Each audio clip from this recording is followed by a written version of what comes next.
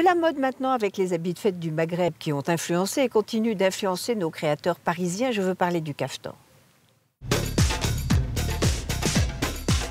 Parmi les invités de marque de cette soirée exceptionnelle, le maître brodeur François Lesage, le directeur de Dior Couture Sidney Toledano, le couturier Dominique Sirot ou encore le Marocain Karim Tassi qui réfléchit à moderniser cet habit d'apparat né au XIIe siècle. La réflexion sur le caftan, pour moi, il y a deux approches. Il y a l'approche premier degré, où on garde ce caftan et on joue sur des mélanges de matières, des mélanges d'imprimés, et on a une transformation du caftan, mais qui, pour moi, reste premier degré.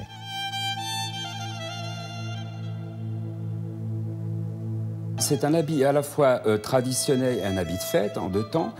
Mais pour une femme, c'est un peu cacher son corps, vous savez, parce que là-bas, c'est pas de la pudeur, c'est une espèce de respect. Effectivement, la beauté de la femme se voit à l'intérieur de la maison. L'art consiste à savoir concilier cette modernité avec le côté traditionnel d'un vêtement chargé de sens. Le caftan, tel qu'on l'aime, aurait droit de citer dans notre vie quotidienne. Voilà tout le travail de ces jeunes créateurs.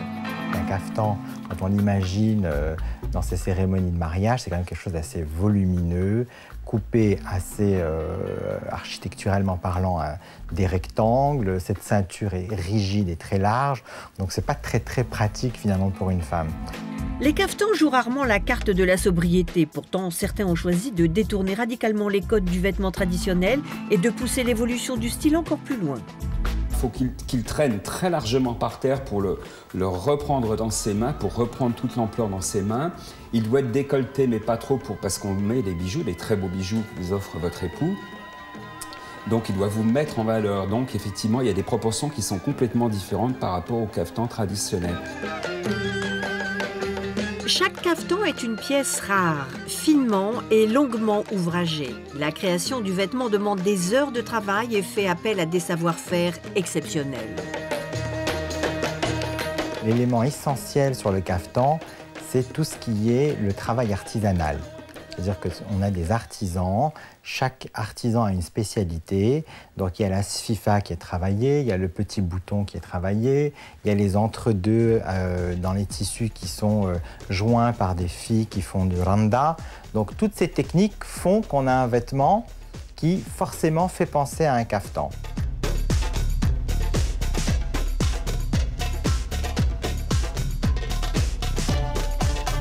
Toutes ces règles, enfin tous ces codes qui sont donnés, pour moi, sont quelque chose d'admirable et très évocateur par rapport au pays du Maghreb. Matières originales, coupes aérées, idées nouvelles, Karim Tassi, lui, veut faire entrer le caftan dans une ère résolument moderne. Après, il y a une deuxième approche qui est plutôt sur le fond. Et là, ce caftan évolue par rapport à un fonctionnement, un vécu d'une femme. La femme, aujourd'hui, elle a le choix, elle voyage, elle travaille. Et elle doit être, je pense, beaucoup plus à même de pouvoir adapter ce caftan à son fonctionnement.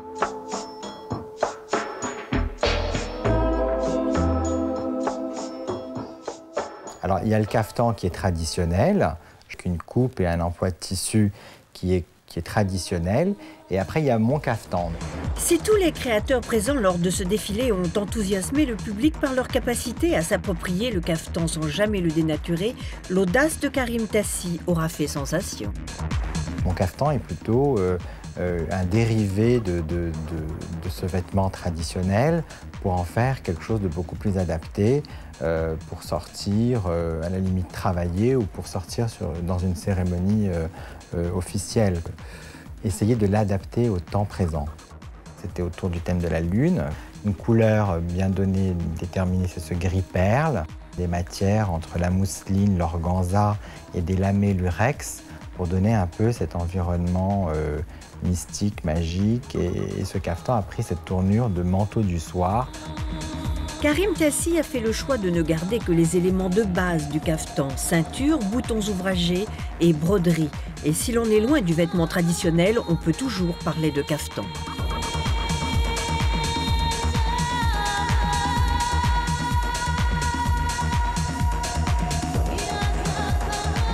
La ceinture est intégrée dans la coupe du vêtement. On a employé un zip camouflé derrière tous les petits boutons faits main et cousus main. et qu'on peut détacher facilement et laisser découvrir, en fait, laisser voir une robe beaucoup plus simple dessous.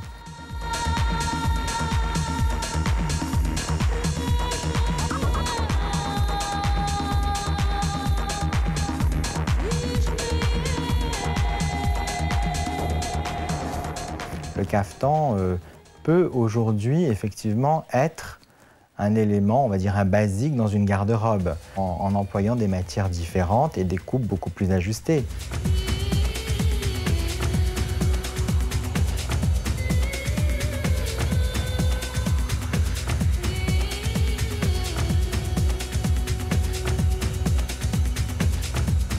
Plus couture sont les propositions de Dominique Sirot. Le caftan, ça représente pour moi beaucoup de choses, à vrai dire, surtout des souvenirs de vacances qui remontent à très très loin, puisque, étant enfant, mon père travaillait aux portes du désert. Il y a un endroit à Fès où l'on va toujours qui s'appelle l'hôtel des Mérinides, qui est tout à fait en hauteur. Les Fessy viennent là avec leur famille, sur la grande terrasse de cet hôtel, pour admirer le coucher du soleil. Invité d'honneur du défilé, le dandy minimaliste de la haute couture parisienne joue le luxe et les matières travaillées.